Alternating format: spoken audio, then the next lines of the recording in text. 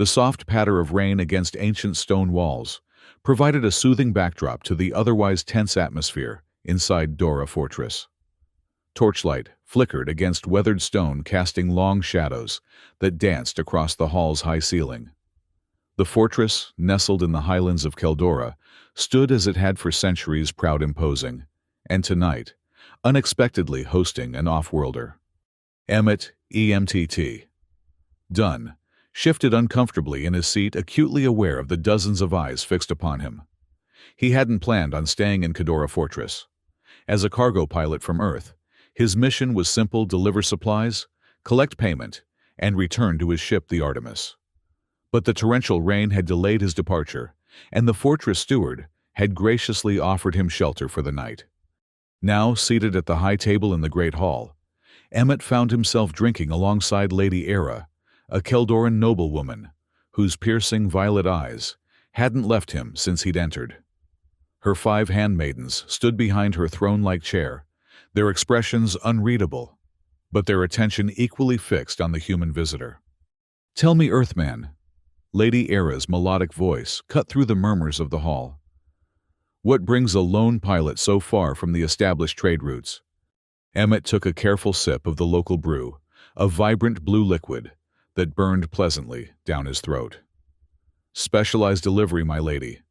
Medical supplies that couldn't wait for the regular transport." One of Era's handmaidens leaned forward, whispering something in her mistress's ear. Lady Era's lips curled into a smile. "My handmaiden Lena tells me you're the first human to visit Kedora in nearly 3 years. The bureaucracy between our worlds has made travel complicated," Emmett replied diplomatically, omitting the political tensions that had strained Earth-Keldoran relations. He raised his glass. "But your hospitality makes the journey worthwhile. This drink, what do you call it?" "Calorian Skyfire," Lady Era answered proudly. "Distilled from fruits that grow only in our northern mountains. Do you find it pleasing?" Emmett swirled the liquid, watching as it shimmered with an inner light. "It's strong, but lacks the complexity of Earth whiskey." The words left his mouth before he could consider their diplomatic implications. The hall fell silent. Lady Era's expression froze, her violet eyes hardening. The handmaidens exchanged alarmed glances, and one, a tall, willowy woman with silver-streaked hair, placed a protective hand on her mistress's shoulder. A large Keldoran male rose from the table to Emmett's right, his chair scraping loudly against the stone floor. "You insult Our Lady's hospitality and our sacred brew, Earthman." His hand moved to the ceremonial blade at his hip. Durak, Lady Era, raised a slender hand. "Perhaps our guest simply lacks the refined palate to appreciate our treasures." Emmett recognized the dangerous territory he'd stumbled into. "My apologies, Lady Era. I meant no disrespect. Perhaps I should retire for the—" "No," Durak interrupted, his voice booming across the hall. "By ancient custom, an insult to a noble's hospitality must be answered." He drew his blade, a curved, gleaming sword that caught the torchlight. "I am Lady Era's champion. I demand satisfaction." The hall erupted in excited murmurs. Emmett slowly stood, cursing internally. Corporate would have his license for this diplomatic disaster. "Surely there's a less dramatic resolution." "The human fears Keldoran steel?" Someone shouted from the back of the hall, triggering a wave of laughter. Emmett's jaw tightened. 3 years in the interstellar cargo business had taught him when to fight and when to retreat. But with no way to leave until morning, and his reputation, possibly his safety at stake, he saw few options. "I accept your challenge," he said to Durak, whose eyes widened in surprise, before narrowing with determination. "But I wasn't insulting your lady or your drink. I was merely offering an honest comparison." Lady Era rose gracefully, her embroidered robes shimmering in the torchlight. "The duel will commence in the courtyard once proper preparations are made." She turned to Emmett, studying him with newfound interest. "Do you require a weapon, Earthman?" Emmett patted the cargo blade strapped to his thigh, standard issue for pilots traversing less secure worlds. "I'm equipped, thank you." One of the handmaidens, younger than the others with bright copper hair, stepped forward. "My lady, surely the ancient laws of hospitality protect our guest from—" "Silence, Terra," Lady Era commanded, though not unkindly. "The challenge has been issued and accepted. The old ways must be honored." She glanced between Durak and Emmett. "Prepare the courtyard. We shall witness this contest beneath Keldora's moons." Despite the rain, the fortress courtyard filled quickly with spectators. Soldiers, servants, and nobles gathered beneath hastily erected canopies. At the center of the yard, a circular stone platform stood elevated above the muddy ground, the traditional dueling space. Emmett stood to one side, raindrops sliding off his leather cargo jacket. A servant had offered him traditional Keldoran armor, but he had declined. The heavy plates would only slow him down against a warrior who had trained with them since youth. Across the platform, Durak performed elaborate warm-up exercises, his blade cutting precise arcs through the rain-filled air. Standing nearly 7 feet tall with the characteristic blue-tinged skin of Keldorans, he presented an intimidating figure. A circle of admirers surrounded him, offering encouragement and last-minute advice. Lady Era and her 5 handmaidens occupied a sheltered viewing box directly opposite the entrance to the courtyard. They sat like a tableau from ancient times, the noblewoman in her ornate chair, handmaidens arranged in perfect symmetry around her, all watching with unwavering attention. An elderly Keldoran in ceremonial robes stepped onto the platform, raising gnarled hands to silence the crowd. "By the ancient laws of Keldora, we gather to witness the resolution of challenged honor. Durak, champion of Lady Era, stands against Emmett of Earth." The elder turned to Emmett. "Off-worlder, do you understand that this duel follows the sacred traditions of our people?" "I understand there will be a fight," Emmett replied, drawing his cargo blade, a utilitarian weapon designed for survival rather than ceremony. Its matte black surface absorbed the torchlight rather than reflecting it.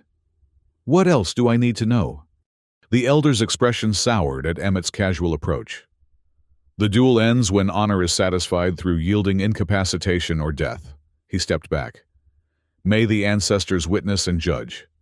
Durak immediately advanced his blade, held high in a formal stance. "Your earth weapon looks like a tool, not a warrior's blade," he taunted. "After I've won, perhaps I'll keep it as a curiosity." Emmett remained silent, shifting into a defensive posture.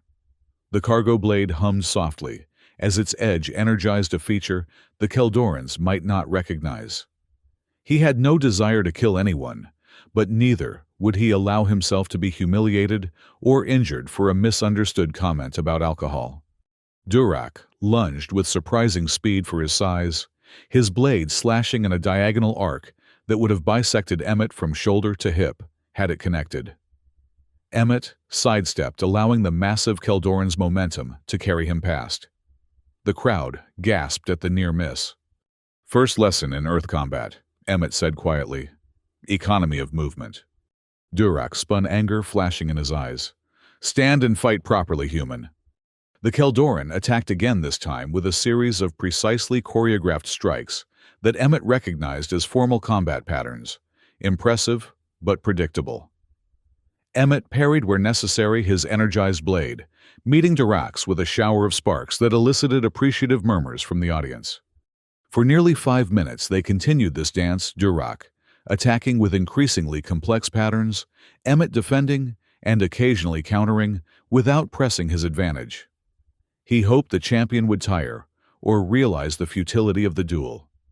But with each exchange, Durak grew more frustrated and more reckless. Fight me, coward," Durak shouted, after a particularly exhausting sequence failed to break through Emmett's guard. "Or do all humans hide behind defense?" From her viewing box, Lady Era leaned forward, her expression inscrutable. One of her handmaidens, the tall one with silver-streaked hair, whispered something that made Era's eyes widen. Emmett saw an opening as Durak prepared another attack. "Second lesson," he said, stepping inside Durak's guard as the Keldoran raised his blade for an overhead strike. Timing beats strength. The cargo blade hummed louder as Emmett delivered a precise cut from hip to opposite shoulder, not deep enough to seriously wound, but sufficient to end the duel and satisfy honor. Except the energized edge sliced through Durak's ceremonial armor, as if it were paper cutting far deeper than Emmett had intended. The Keldoran champion's expression froze in shock as his body separated into two neat halves, blue blood spraying across the stone platform. The courtyard fell into horrified silence. Emmett stood motionless, his blade still extended, unable to process what had just happened. He had fatally miscalculated the resistance of Keldoran armor against his energized blade. Lady Era rose from her seat, her face pale, even for a Keldoran.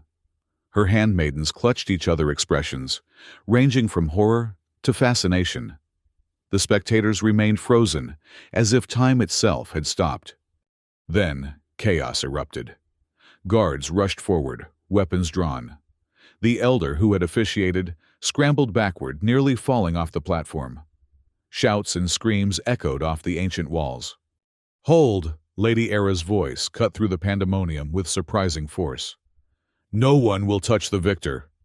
The guards hesitated, looking between their mistress and the human who stood blood-spattered in the center of the dueling platform. Lady Era descended from her viewing box, her handmaidens following in a tight formation behind her. The crowd parted as she approached the platform, her expression now composed and calculating. "The duel is complete," she announced. "Honor is satisfied." Emmett finally lowered his blade. "I didn't mean to kill him. My weapon, I misjudged." "Durak knew the risks when he challenged you," Lady Era interrupted. "And now, according to our most ancient laws, his fate activates another tradition." She studied Emmett with those piercing violet eyes. "You have defeated my champion in mortal combat. By the law of protective succession, I and my handmaidens now fall under your protection and guardianship." Emmett blinked, rain mixing with sweat on his face. "I'm sorry, what—" One of the handmaidens, Tara, the copper-haired one, stepped forward. "By killing our mistress's champion, you have assumed his duties." Her voice carried a hint of amusement, despite the gravity of the situation.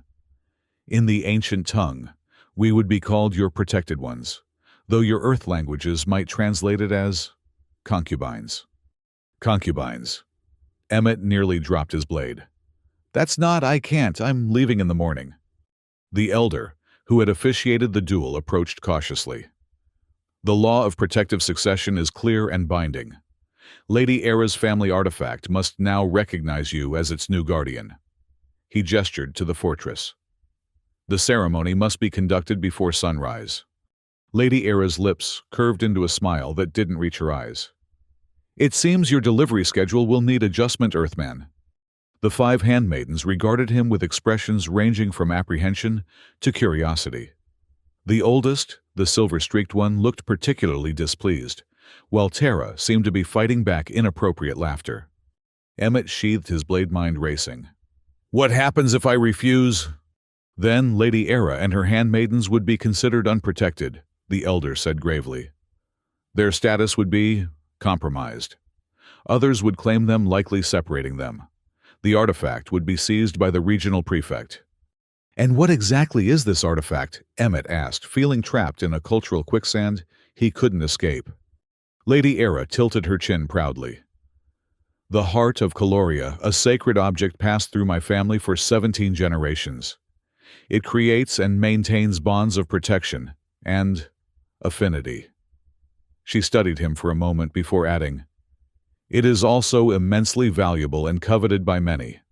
The rain began to fall harder, as if emphasizing the weight of the moment.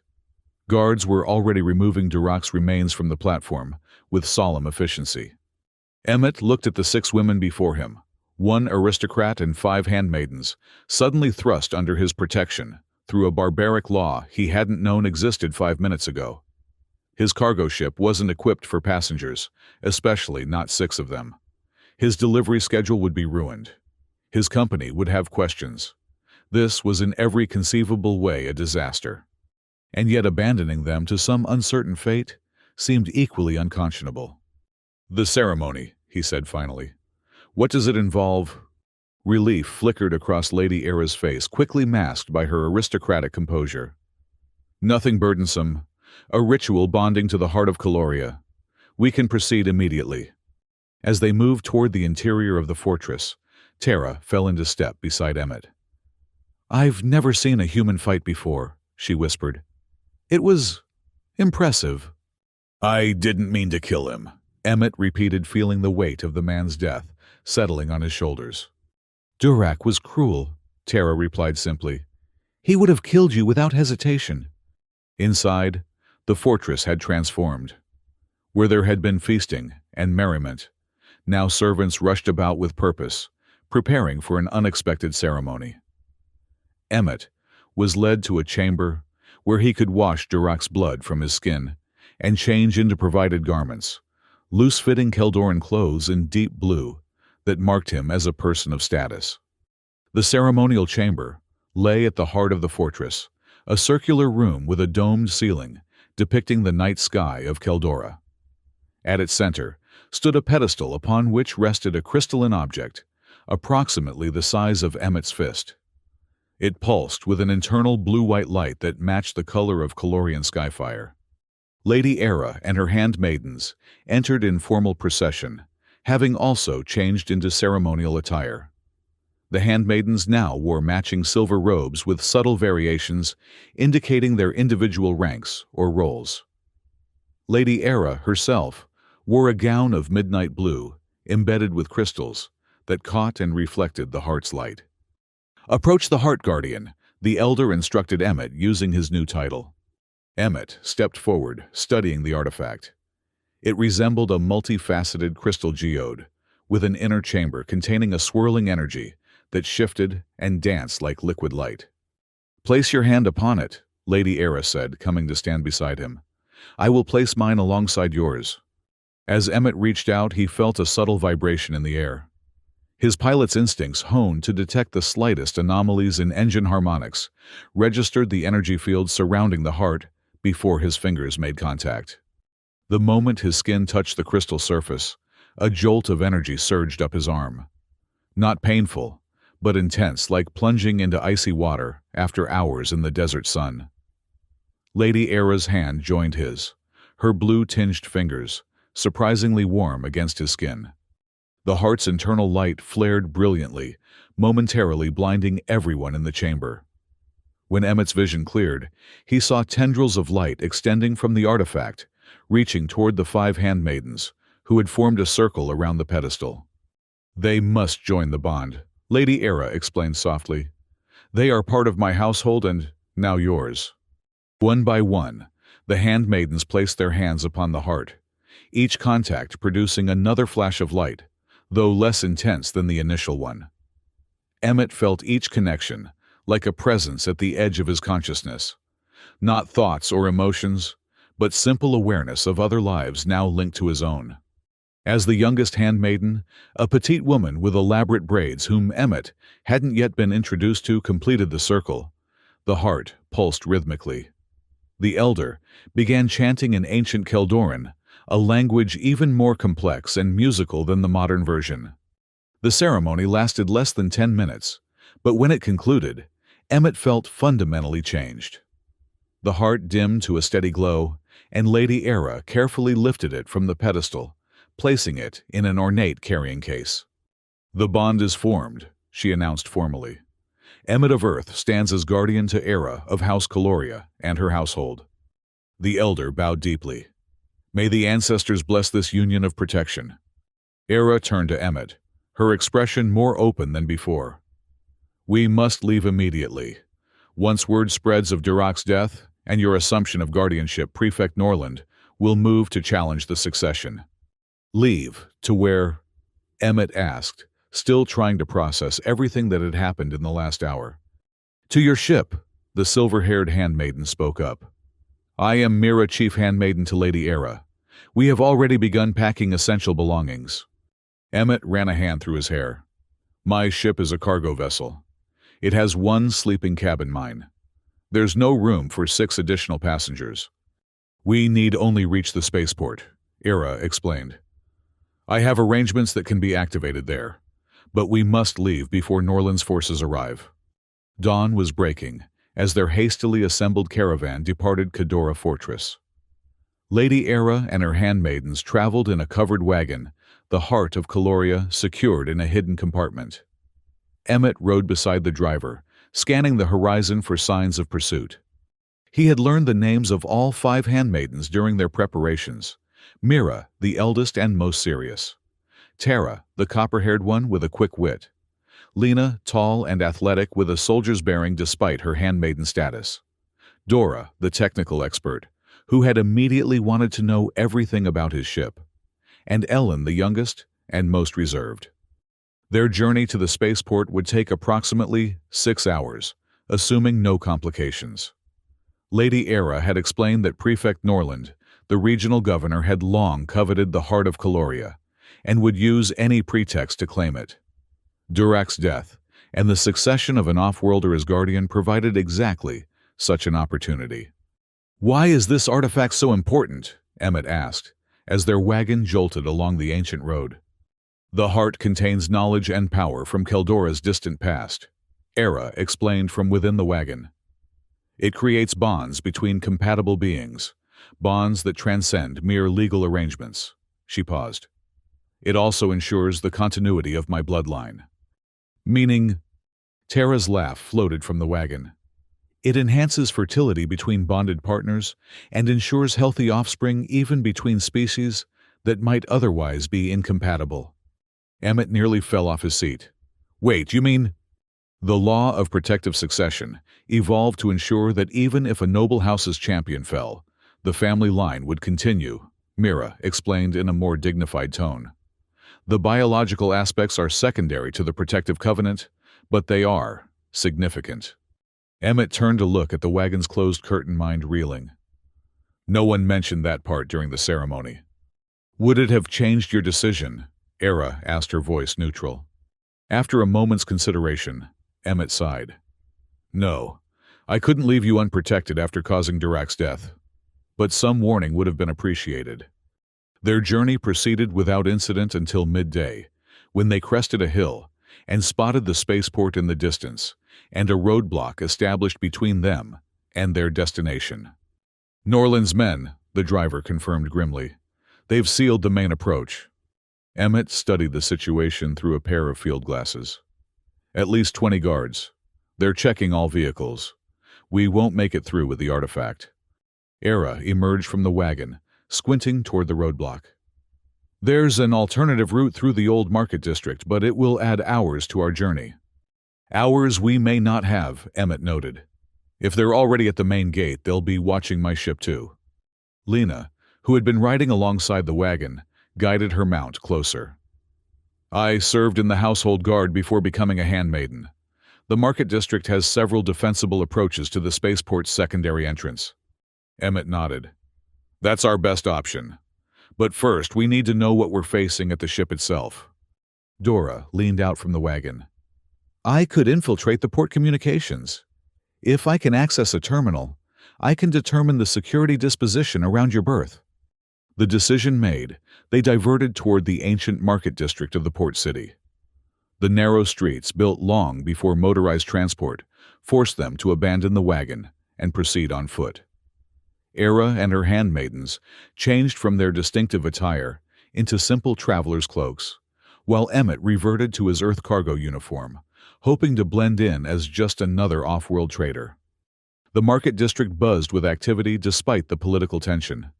Vendors hawked exotic fruits, textiles, and technological trinkets from across the sector.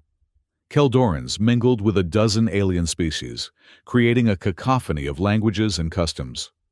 While Dora slipped away to find a communications terminal, Emmett led the others to a small tavern, frequented by off-worlders. The establishment's worn sign depicted a stylized Earth vessel, and inside the clientele was predominantly human. "Harding's Place," Emmett explained as they entered. "Run by an ex-Earth Fleet sergeant. If anyone knows what's happening at the port, it'll be him." The tavern's interior was dark and smoky, decorated with memorabilia from a dozen worlds. Behind the bar stood a burly human with a cybernetic right arm, a relic of the Earth-Proxima conflict 20 years earlier. "EMTT," the barkeeper called out. "Thought you'd be halfway to Centauri by now." "Change of plans, Harding," Emmett replied, guiding Era and the handmaidens to a corner booth. "Need some information." Harding brought a tray of drinks over, personally his eyes widening slightly at the sight of a Keldoran noblewoman and her entourage in his establishment. "Interesting company you're keeping." "It's a long story," Emmett said. "What's the situation at the port? Seems like security's been increased." Harding's expression darkened. "Prefect's orders, complete lockdown. Something about a stolen artifact and an off-worlder murder at Kedora Fortress." He gave Emmett a pointed look. "Wouldn't happen to know anything about that, would you?" "It wasn't murder," Era interjected quietly. "It was a formal duel, properly witnessed and conducted." Harding whistled low. "Lady, with respect, Norland doesn't care about Keldoran dueling customs. He's been looking for an excuse to consolidate power in this region for years." He turned back to Emmett. "Every ship is being searched, especially Earth vessels. Your Artemis is under guard 4 of Norland's personal troops." Emmett leaned back, considering their options. "We need to get to my ship and off-world. Any suggestions?" "You could wait it out," Harding offered. "Norland's attention span is limited. In a few days—" "We don't have days," Emmett interrupted. "If they search the right places, they'll find us. And the artifact." Harding's eyes narrowed. "So you do have it." He glanced at Era and her handmaidens. "And I'm guessing this isn't just about the artifact, is it? The old laws activated—" Emmett nodded reluctantly. The ex-sergeant ran a hand over his face. "Sweet mother of Mars EMTT, you've stepped in at this time." He thought for a moment. "I might have a solution, but it'll cost you." "Name it." "Not credits," Harding clarified. "I need passage off-world for me and some associates. Been planning to retire back to Earth colonies anyway. This seems like the right time to accelerate those plans."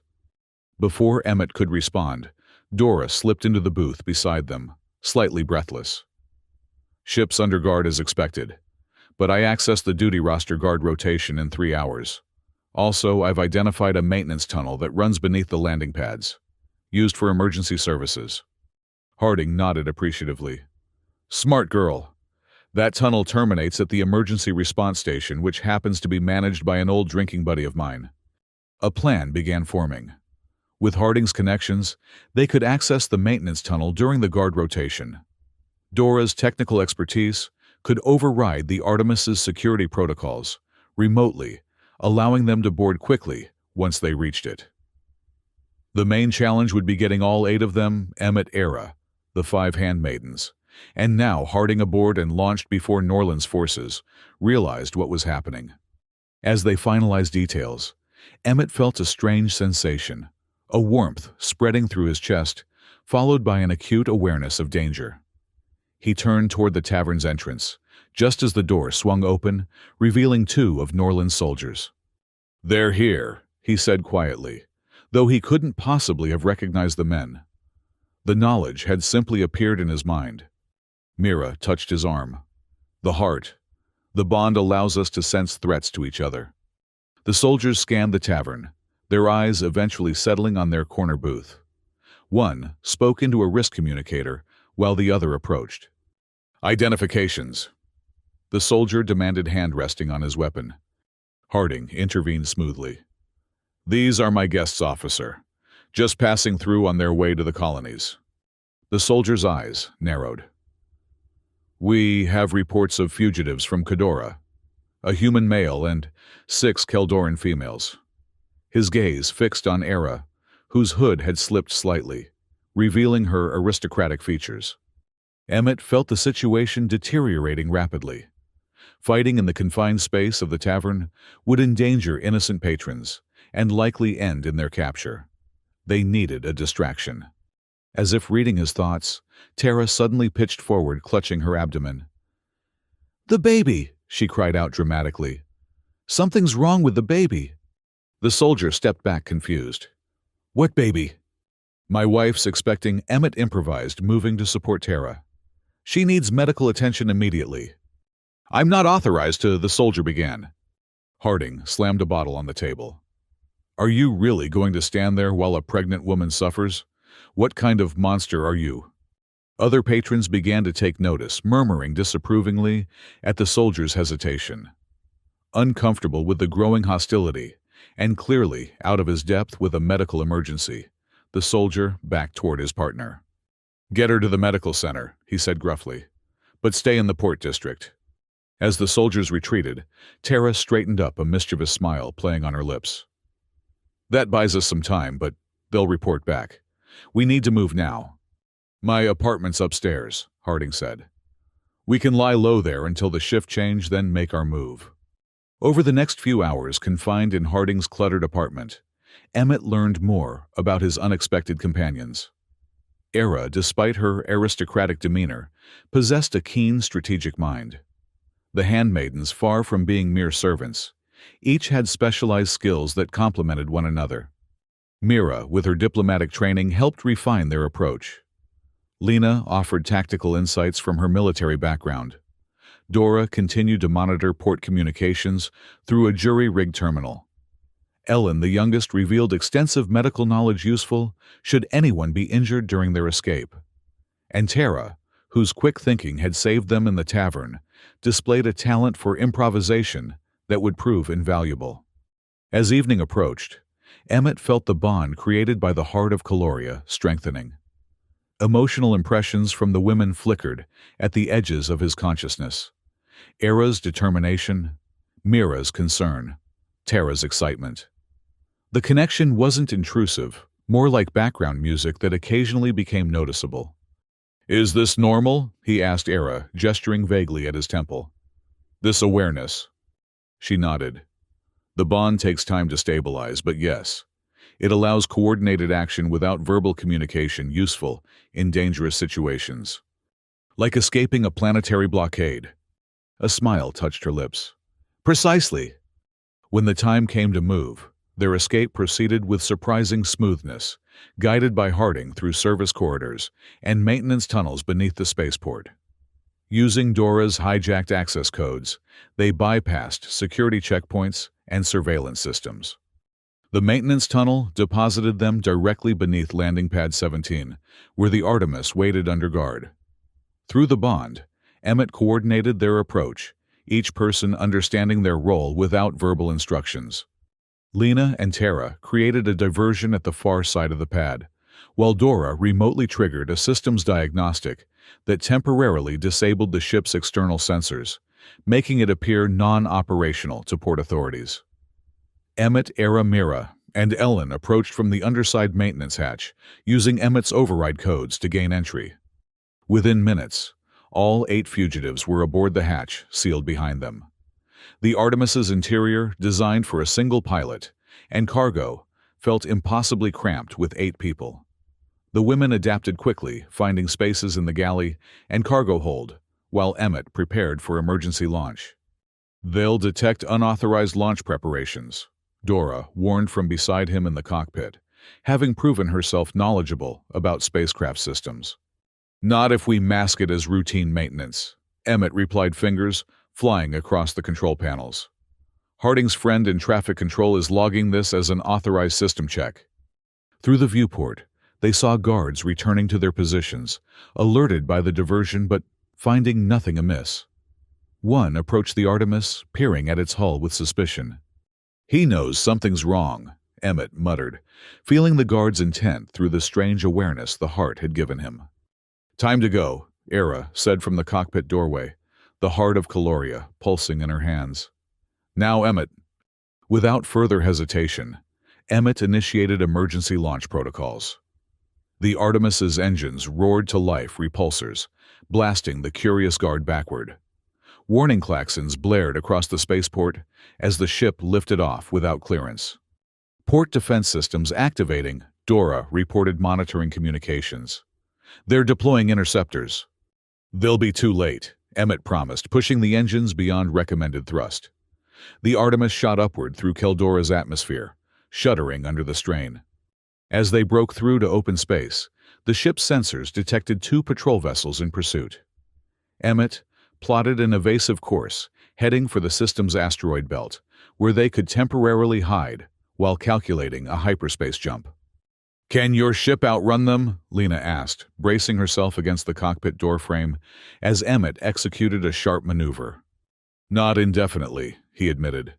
"But we don't need to. Once we clear the outer marker, we can jump." A warning light flashed on the console. One of the patrol vessels had locked weapons. Emmett dove the Artemis toward a massive asteroid, using its bulk as a shield. The patrol ship fired anyway, its energy blast striking the asteroid and sending fragments spinning in all directions. Several chunks struck the Artemis, causing the ship to lurch violently. Warning systems reported damage to the port stabilizer and navigation array. "We can't jump with damaged nav systems," Emmett growled, fighting to maintain control as they weaved between floating rocks. Era stepped forward, the heart of Caloria glowing intensely in her hands. "Perhaps we can." She placed the artifact on the console between the pilot seats. "The heart contains navigational data from ancient times. If we can integrate it—" "That's insane," Mira objected. "The heart is not a nav computer." "No, but it is a knowledge repository," Era countered. "And it has guided my family through space before." Another blast rocked the ship as the second patrol vessel found their position. Systems flickered, emergency lighting activated. Dora's fingers danced across the engineering panel. "Theoretical integration is possible. The heart emits quantum resonance patterns compatible with our navigation matrix." "Do it," Emmett decided. "We're out of options." Working together, Era and Dora created a makeshift interface between the heart and the ship's navigation system. As they completed the final connection, the artifact's light intensified, filling the cockpit with pulsating blue-white energy. The ship's computer displayed strange symbols, before resolving into a star chart, unlike any Emmett had seen, showing paths and routes not marked on standard navigational databases. There, Era pointed to a swirling pattern that seemed to indicate a safe passage. "That will lead us beyond Norland's jurisdiction." Emmett input the coordinates as another blast struck the Artemis, this one breaching the outer hull of the cargo bay. Emergency bulkheads slammed shut, preventing atmospheric loss, but trapping Harding and Ellen, who had been securing equipment there. "Hull breach contained," Harding's voice came through the intercom. "But we're stuck here until you can repressurize." "Everyone hold on," Emmett called as he initiated the jump sequence. The engines whined, protesting the unconventional calculations. For a moment, nothing happened. Then reality seemed to fold around them as the Artemis entered hyperspace, through a route no Earth vessel had traveled before. The patrol ships disappeared from sensors, unable to follow their unorthodox jump. The vibrations subsided as the Artemis stabilized in hyperspace energy from the heart of Caloria, continuing to feed the navigation system. "Where exactly are we going?" Emmett asked, as unfamiliar stars streaked past the viewports. Era studied the display, her expression thoughtful. "The heart has chosen a safe harbor, a system beyond Norland's reach, but still within range of Earth communications. We should arrive in approximately 8 hours." With immediate danger past, they turned to assessing damage and tending to minor injuries sustained during their escape. Ellen and Harding were freed from the cargo bay, once Dora completed repairs to restore atmosphere. The Artemis had suffered significant damage, but remained spaceworthy, its essential systems functioning adequately for their needs. As the others dispersed throughout the small vessel to rest and recover, Emmett found Era in the ship's tiny observation nook, gazing at the hyperspace phenomenon outside. "You could have warned me," he said, sitting beside her, "about all of this." She turned to face him, violet eyes, reflecting the swirling energies beyond the viewport. "Would you have believed me, that an ancient artifact would bind us together, that you would sense our emotions, that we would escape planetary security using forgotten hyperspace routes?" Emmett had to admit she had a point. "What happens now, assuming we reach this safe harbor?" "We have options," Era replied. "My family maintains connections throughout this sector. We can find sanctuary while determining our next steps. She hesitated. The bond created by the heart is permanent, Emmett. Whatever path we choose, it will be together. And Norland, he'll keep hunting the heart. Yes, she agreed.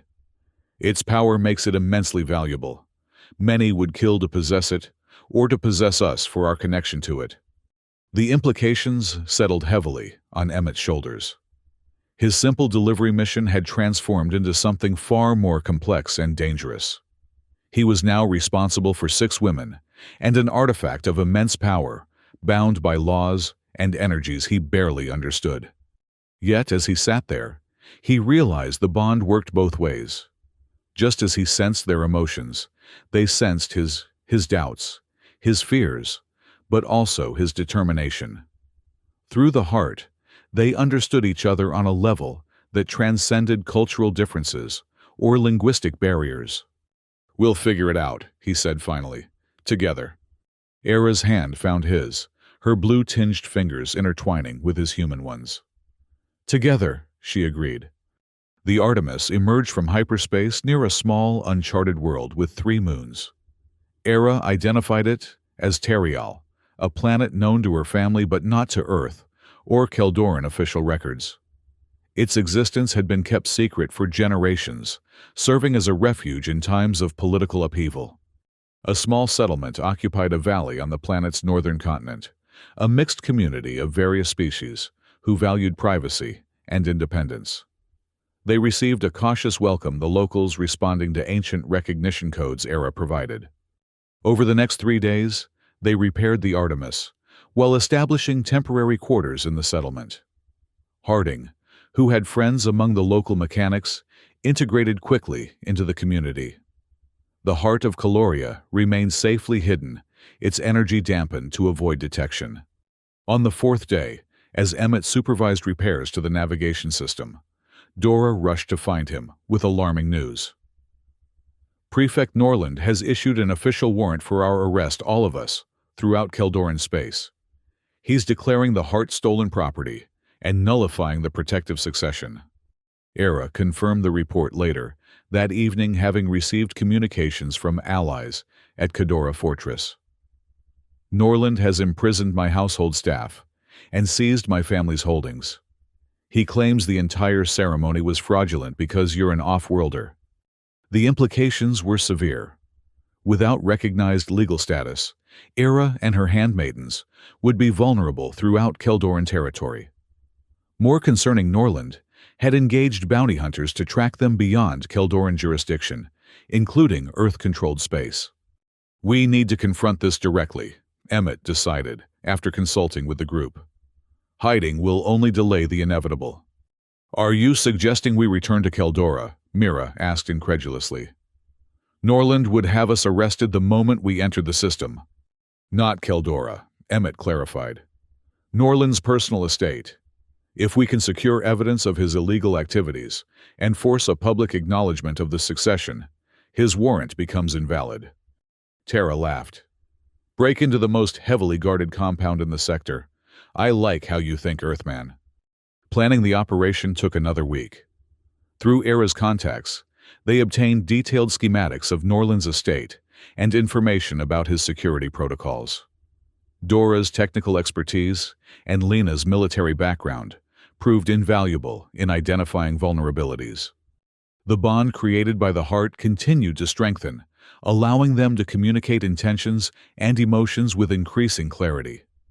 During combat drills, Emmett found he could coordinate perfectly with Lena and Tara without verbal instructions. When working on technical problems, his mind seemed to synchronize with Dora's reaching solutions neither would have found alone. Perhaps most surprising was his evolving relationship with Era. The noblewoman, initially aloof and formal, revealed depths of courage and compassion that resonated through their connection. Their forced proximity aboard the Artemis and in their temporary shelter created an intimacy that transcended their cultural differences. The night before their planned infiltration of Norland's estate, Era found Emmett on the Artemis's observation deck, once again gazing at the stars. Having second thoughts, she asked, joining him. Evaluating risks, he corrected. If anything happens to me tomorrow. Nothing will happen, Era interrupted firmly. The heart's bond doesn't lie. I've seen our future, Emmett. Fragments, glimpses, but enough to know we succeed. The heart shows you the future. Not precisely, it shows possibilities. Strongest probabilities. She hesitated. I've seen a child, Emmett. Our child. The revelation stunned him into silence. He had intellectually understood the biological implications of the bond, but hadn't fully processed the reality of what it meant. A daughter, Era continued softly, with your eyes and my spirit, born on earth but connected to Keldora. You've seen all this through the heart? Through our bond, she corrected. The heart merely facilitates the connection. The vision comes from within us, she took his hand. But it only manifests if we survive tomorrow, if we reclaim what is rightfully ours. Emmett nodded slowly, newfound determination filling him. This was no longer about escaping a cultural misunderstanding or protecting an artifact. It was about securing a future, their future. The infiltration began at dawn. Using a modified shuttle borrowed from the settlement, Emmett, Lena, Tara, and Dora approached Norland's estate under the guise of maintenance contractors. Era, Mira, and Ellen remained at their temporary base, monitoring communications and ready to implement contingency plans if necessary. Norland's estate sprawled across a private island in Keldora's southern hemisphere, isolated from the mainland by treacherous currents. Its security included automated defense systems, armed guards, and biological scanners designed to identify unauthorized visitors. What Norland hadn't anticipated was the heart of Caloria's ability to mask the biological signatures of those bonded to it. With Dora's technical countermeasures and the heart's protection, the team bypassed the outer security perimeter without triggering alarms. Their primary objective was Norland's private archive, where he kept records of his illegal activities, including his plans to seize the heart long before Durak's death provided the opportunity.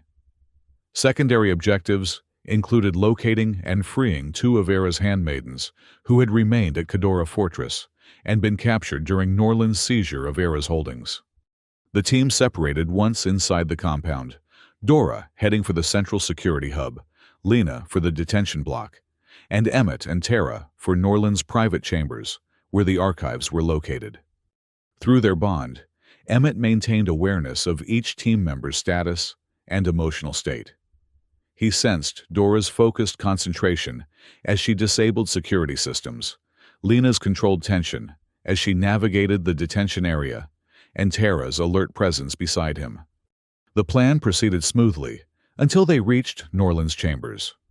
The prefect himself was unexpectedly present, reviewing documents with two advisors, when Emmett and Tara silently entered through a service passage. Norland looked up, his expression shifting from surprise to calculating rage as he recognized Emmett. "The Earth Pirate," he snarled, reaching for an alarm panel. Tara moved with astonishing speed, her training as a handmaiden evidently including combat skills. She disabled one advisor with a precise strike, while Emmett intercepted Norland before he could trigger the alarm.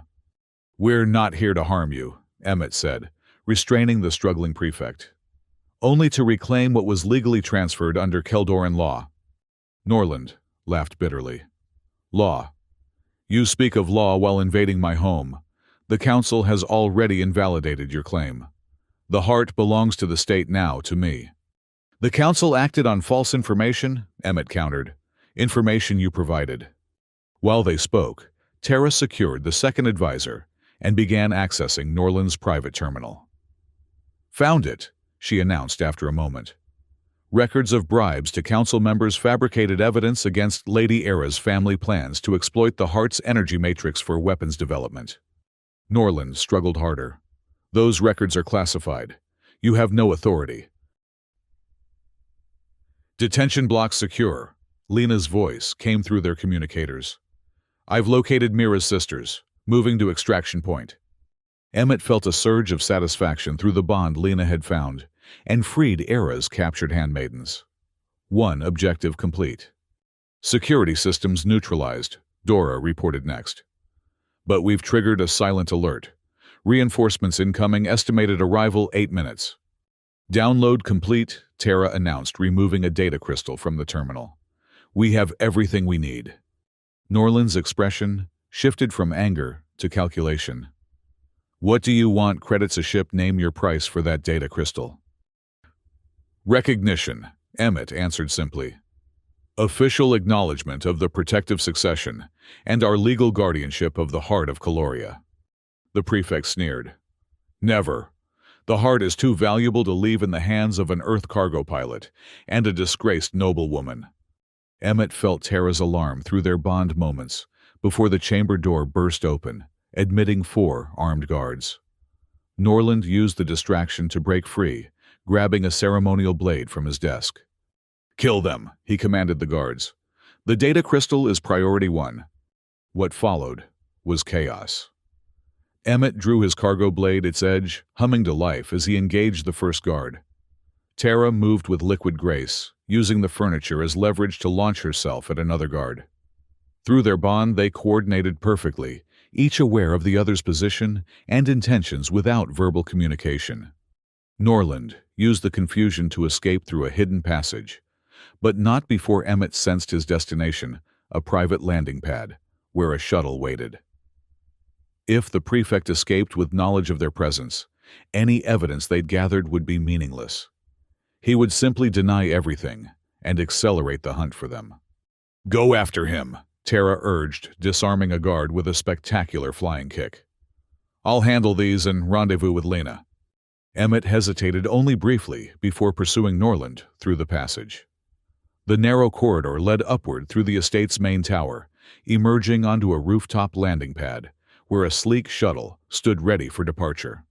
Norland was already at the shuttle's ramp, shouting instructions to the pilot. He spun as Emmett emerged, the ceremonial blade still clutched in his hand. You're persistent, Earthman, he spat, but this ends now. Unlike Dirac, Norland was no formal duelist. He attacked without ceremony, slashing wildly with his blade. Emmett parried easily, recognizing the desperation in the prefect's movements. Surrender, Norland, Emmett urged. The evidence is already being transmitted to the Council. Your allies are being exposed even now. Lies. Norland lunged again, his blade scraping against Emmett's energized edge with a shower of sparks. The Council obeys me. Through their bond, Emmett sensed the others converging on the landing pad, Lena, and the freed handmaidens ascending from below, Dora and Terra, securing an escape route. They were almost out. Norland seemed to realize his deteriorating position.